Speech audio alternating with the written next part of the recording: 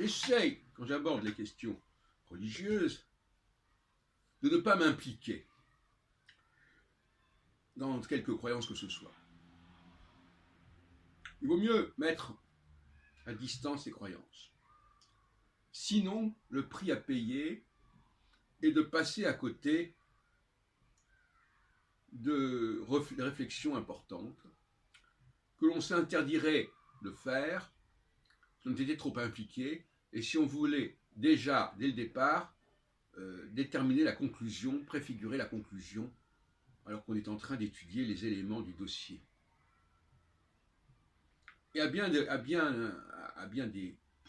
des points, j'ai eu raison de faire cela, parce que il ne faut surtout pas, quand on est un chercheur, figer ses positions. Et surtout, il ne faut pas partir du présent pour lire le passé. Ne serait-ce que parce que le présent peut être lu de différentes manières, de toute façon. Mes dernières découvertes exégétiques ont consisté à prendre conscience de ce que l'Ancien Testament était l'œuvre du royaume du Nord et non pas du royaume de Juda et de Judée. Je l'avais déjà pressenti, mais je n'avais pas pris toute la mesure. En fait, l'Ancien Testament, c'est-à-dire notamment les deux premiers volets du triptyque, c'est-à-dire ce qu'on appelle la Torah, c'est-à-dire le Pentateuque, et d'autre côté les prophètes, sont très largement marqués par le point de vue du Nord.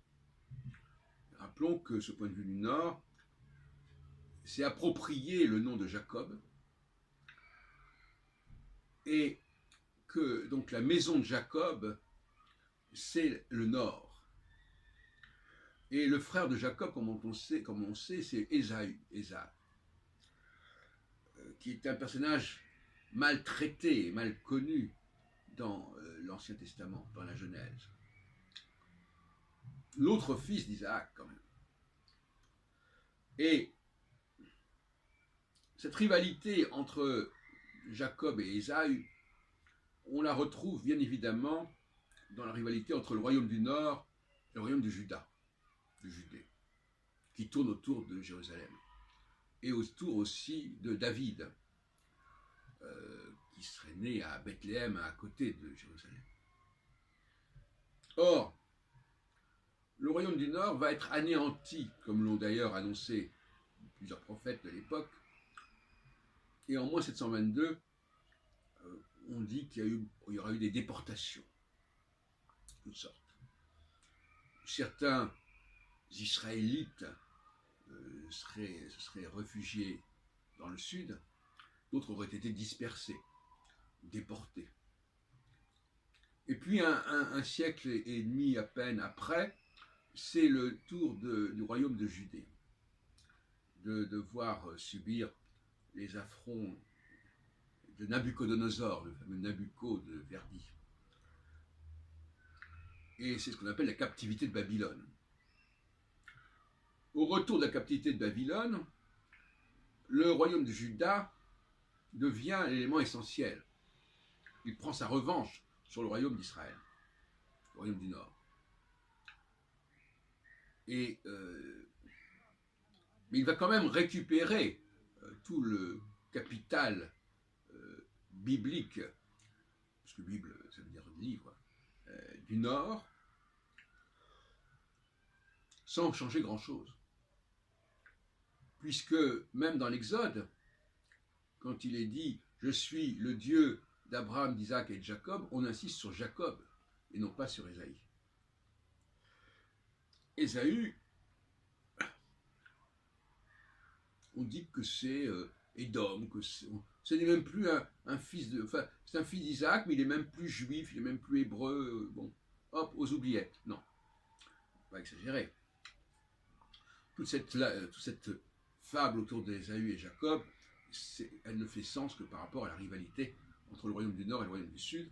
Et d'ailleurs, il est dit à un moment donné, dans un des prophètes, Dieu dit, j'ai choisi Jacob et j'ai préféré Jacob à Ésaü. Ce qui veut dire beaucoup de choses. Rivalité entre Jacob et Ésaü, entre Joseph et Judas, parce que Joseph il joue un rôle majeur, et Joseph s'est revendiqué, je pense, par le royaume du Nord, alors que Judas, évidemment, qui est béni comme étant le premier par Jacob, au fond, il va jouer un rôle secondaire dans le système en question. En tout cas, c'est ce qu'on voudrait. Donc finalement, les Juifs sont dépositaires d'un livre qui parle du Nord, qui ne parle pas de la Judée en fait, et qui ne privilégie pas la Judée. C'est embêtant parce qu'effectivement, comme les prophètes sont largement hostiles à la Judée, puisqu'ils sont à la solde du royaume du Nord, vous imaginez tout le poids que ça peut représenter de récupérer un livre anti-judéen et de le mettre comme étant le livre par l'excellence des Juifs.